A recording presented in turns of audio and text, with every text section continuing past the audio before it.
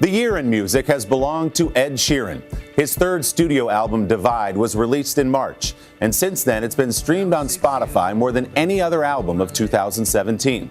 His hit single, Shape of You, now is the most streamed track in the history of Spotify, and last week Sheeran earned a pair of Grammy nominations. The 26-year-old British redhead spent the year touring sold-out arenas around the world, and next year the crowds get bigger as he moves to stadium shows. I got together with Ed for a Sunday sit-down at the Hotel Cafe in Los Angeles, a tight 200-seat venue he used to play before he broke through to become one of the biggest stars in the world. Everybody sing it loud. I feel like everything's so ridiculous that it might just be all in my imagination. I'm in love with the shape of you. It may feel like a dream, but this year has been very real for Ed Sheeran. The British singer-songwriter's album Divide has dominated the charts, solidifying his status as a genre-bending artist who's completely comfortable alone on stage, using something called a loop pedal to record himself playing every piece of the band. It's my unique selling point, and every other artist has a band nowadays, and I'm the only one that doesn't, and to lose that is, I think, a mistake.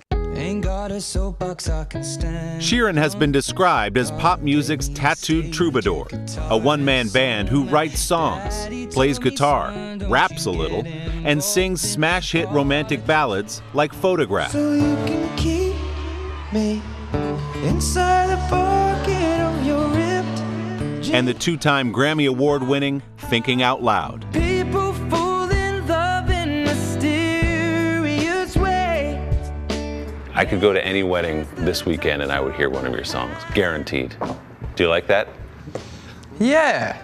It's nice to be the guy that's known for making songs that people kiss to or dance to, or like, it's like music should do that. Music should make you fall in love and make you happy. Tell me that you turned down the Sheeran fell in love with music growing up in Suffolk, England. He was a self-described weird-looking kid who turned to music as a defense against bullies. I never really fit in when I was really young, and I had a stutter, so I couldn't really communicate properly, and I don't know, it's the cool thing to do to play a guitar, isn't it? Yeah, of course. Like, it makes everyone cool. Of so course. I picked up a guitar.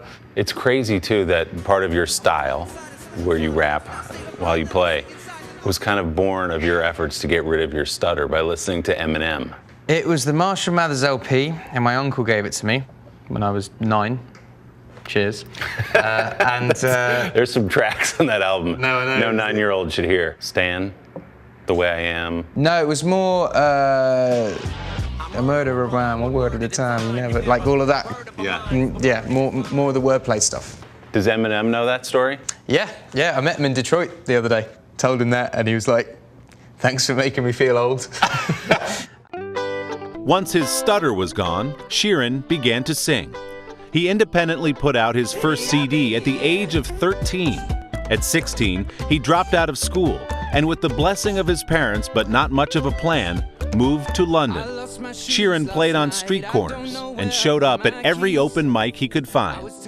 I was just literally sofa hopping from strangers to strangers to strangers to strangers to strangers. And looking back on it, it's really fucking dangerous, really dangerous. But I'd be on stage and be like, play a few songs, and like the crowd would be into it, and I'd be like, hey guys, by the way, I haven't got anywhere to stay tonight, who can put me up? And someone would be like, me! And I'd be like, yay! And they say she's in 4 years of knocking around the UK playing his unique style of music earned Sheeran a fan base online, and in 2011, a deal with Atlantic Records.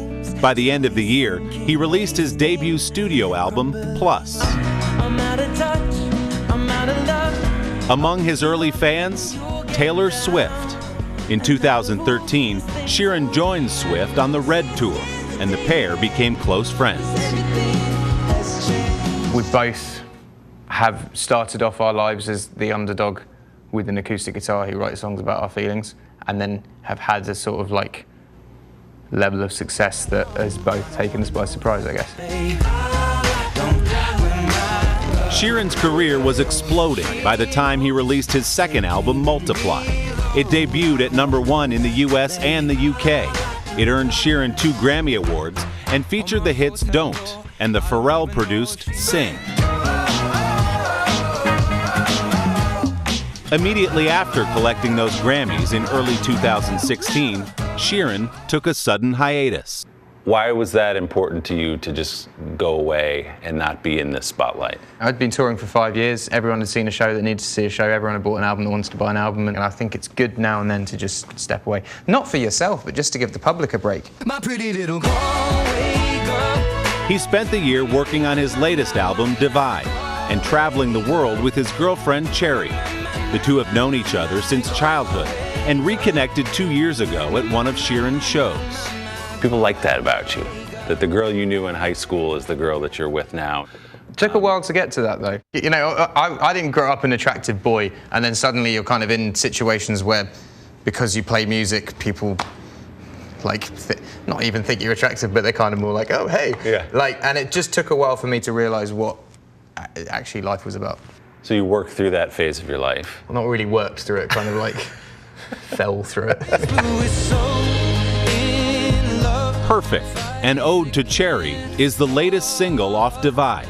Already on its way to #1, it got a remix last week in Sheeran's collaboration with none other than Beyoncé. Barefoot on the grass while listening to our favorite song.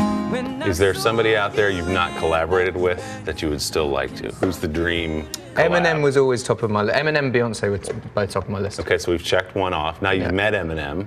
Did you float that out to him, or are you going to play this slow with Eminem? No. I literally didn't say anything, mate. I literally didn't say anything. You said everything by not saying anything. I really didn't say anything. Sheeran played coy with us, but just days later, Eminem released the track list for his upcoming album. It includes a collaboration with, yes, Ed Sheeran. A full circle moment for the man who found his voice as a kid rapping along with Eminem's records. Divide has picked up 2 Grammy nominations, but to the shock of the music industry and the outrage of Sheeran's fans, neither is in the award ceremony's top 3 categories, which are dominated this year by hip-hop and R&B. Were you as shocked as some of your fans were that you weren't nominated for those awards? I remember when the nominations came out, I was sitting in my house, and then I was like, I have a house. And I was sleeping on sofas 6 years ago, and I tour, people like my music, and yeah, it's such a minute thing on the scale of where my happiness should be. Ed's 2018 stadium tour comes to North America next August, beginning at the Rose Bowl in Pasadena, California. His album Divide is available anywhere you get your music. Ed has a reputation for being an ordinary, grounded guy, and it's real, I can tell you. But he's got a hilarious explanation for why he's been able to keep his life relatively normal. To hear it, check out our web extras at today.com/Sunday.